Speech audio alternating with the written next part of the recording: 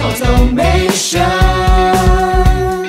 repair, supplies and service. Study and research, troubleshoot, replace component,